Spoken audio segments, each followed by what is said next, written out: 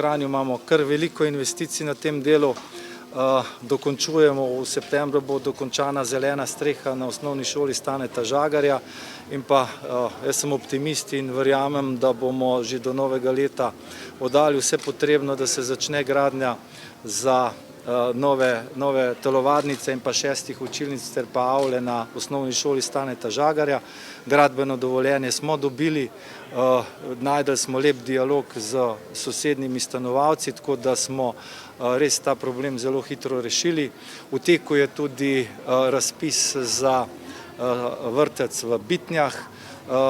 Čakamo na dovoljenje, da lahko naredimo 2 nova oddelka na Kokrici za vrtec.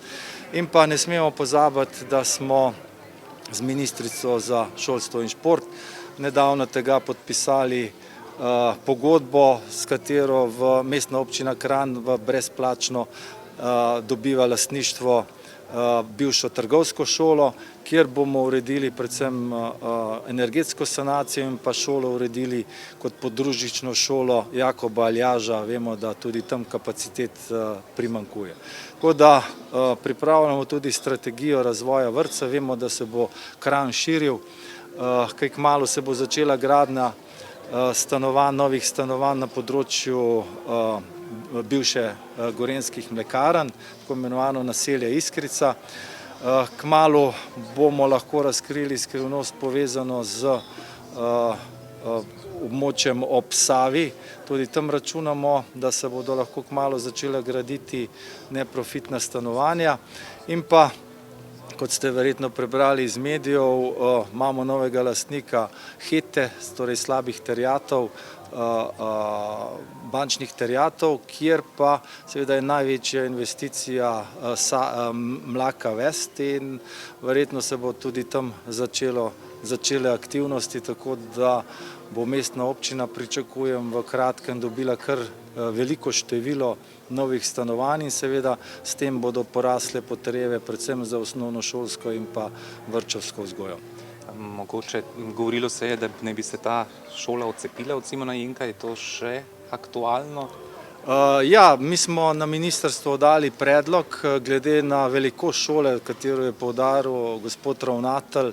Dejansko se mi zdi potreba po tem. Bomo pa videli, uskladili se bomo tako z ministrstvom kot z lokalno skupnostjo, ki, kot vem, tudi želi, da bi se to zgodilo.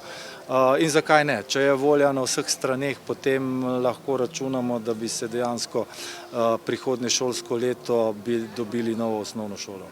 Verjetno ste tudi ostale šole kaj vsaj pošminkali, popravili? Ja, veliko je teh, veliko je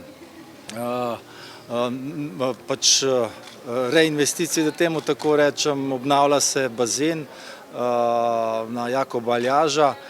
Jaz mislim, da bo septembra končan. V stražiški šoli smo obnovili kuhinjo, kupili nov konvektor, tako da mislim, da je teh investicij zdaj kar dovolj v teku in da res občina izpolnjuje svoje zaveze, kar se tiče vzgoje naših otrok.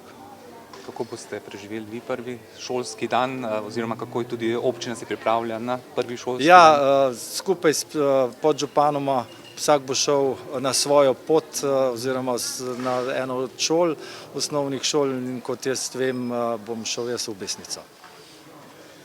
Pozdraviti prvošolčke in seveda jim zaželeti vse najlepše v tem šolskem letu.